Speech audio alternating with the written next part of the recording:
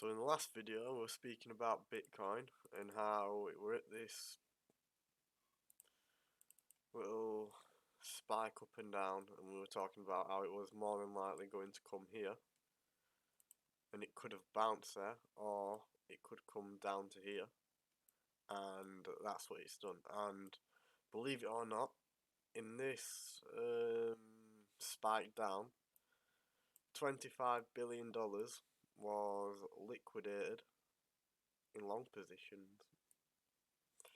So they trapped $25 billion up here and moved down and pocketed it.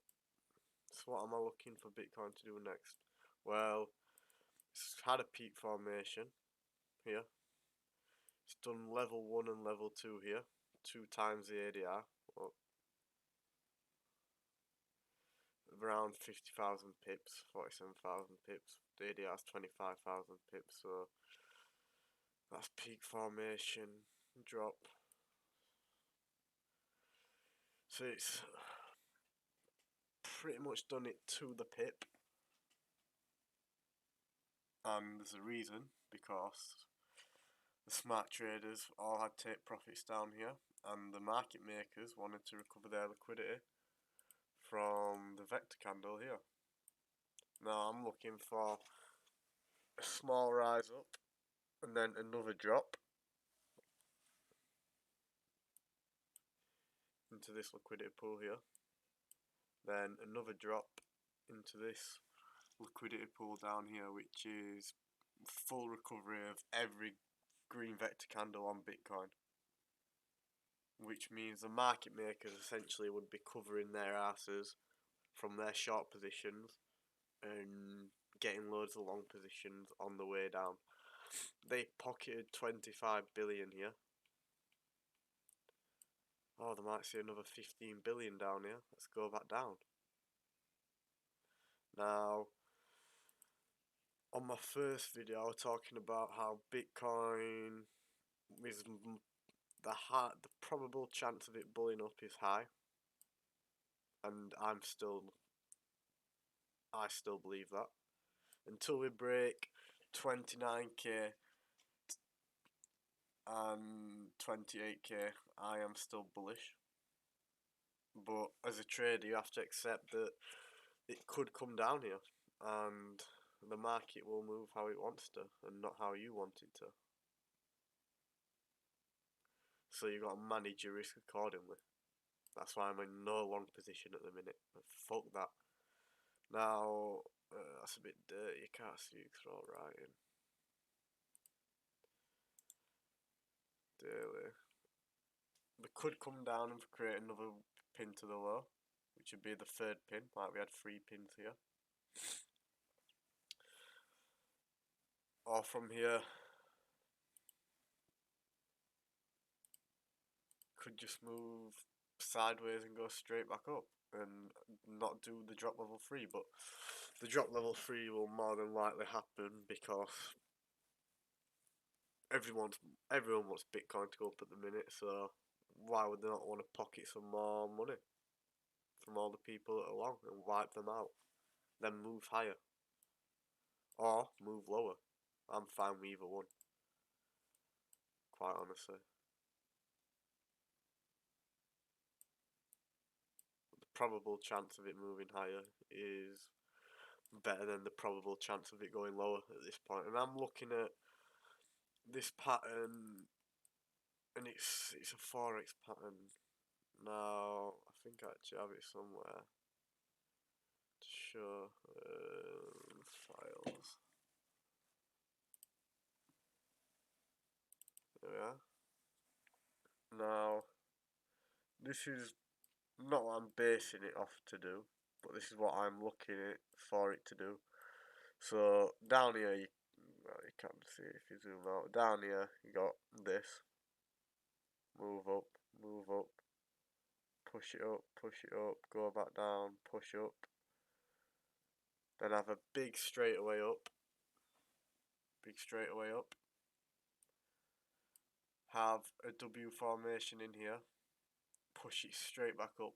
Now notice this is a forex pair. This moves a lot more fluently than crypto because crypto is a lot more volatile. So when you see this stop punt up here, it pushed a lot higher than it did on this chart, and that's because in the markets, the only thing the market maker has is different stop punt and a different straightaway. Now we could come down here for the stop punt here, or it could stay here for the stop punt here. You see, it came down here and essentially did what it did on this chart. The stop punt didn't violate. It nearly violated, but it didn't violate. Maybe the spread widened down here. Maybe that happened. In fact, that probably definitely happened. The spread probably widened up here, and all the people who were bitches got wiped out. And then it moved higher. Zigzagged up. Had a pin. Had a pin. Went up to create a higher high than that. Came down. Create a shoulder. Then straight drop. Came down. Create a shoulder. Straight drop. And essentially, if this doesn't hold and this comes down here and confirms a weekly close, this pattern is complete utter. I'll dismiss it, but until then, this pattern is still in play because the same shit happens over and over again in the markets. The amount of times I've seen this shit, in fact, I've seen this shit on the Aussie US dollar. Look at this shit. Alright. Up. Small, go up. Small, go up again. See how came back down, violated that. It didn't violate on this chart. Now the stop punt were different here, trying to trick the traders who were looking at this pattern and trying to get it word for word. Now this is by Steve Mara, which I've already linked his channel in my other video. Go check him out. He's a genius. That is not a bold statement. He's an absolute genius, and that's the only way to put it. He knows his shit, essentially. Now it's straight away, and it's done 3 rise levels, and I'm waiting for a peak formation. And I'm not going to trade it like this, it'll trade completely different, but I'm keeping in mind that it's at the level 3, and I'm looking for 3 pushes to the high at the minute to take a drop. But we'll see what happens when the Forex market opens, because that's a different bowl of fish. But yeah, I'd just like to update everyone on Bitcoin. It's completely fine.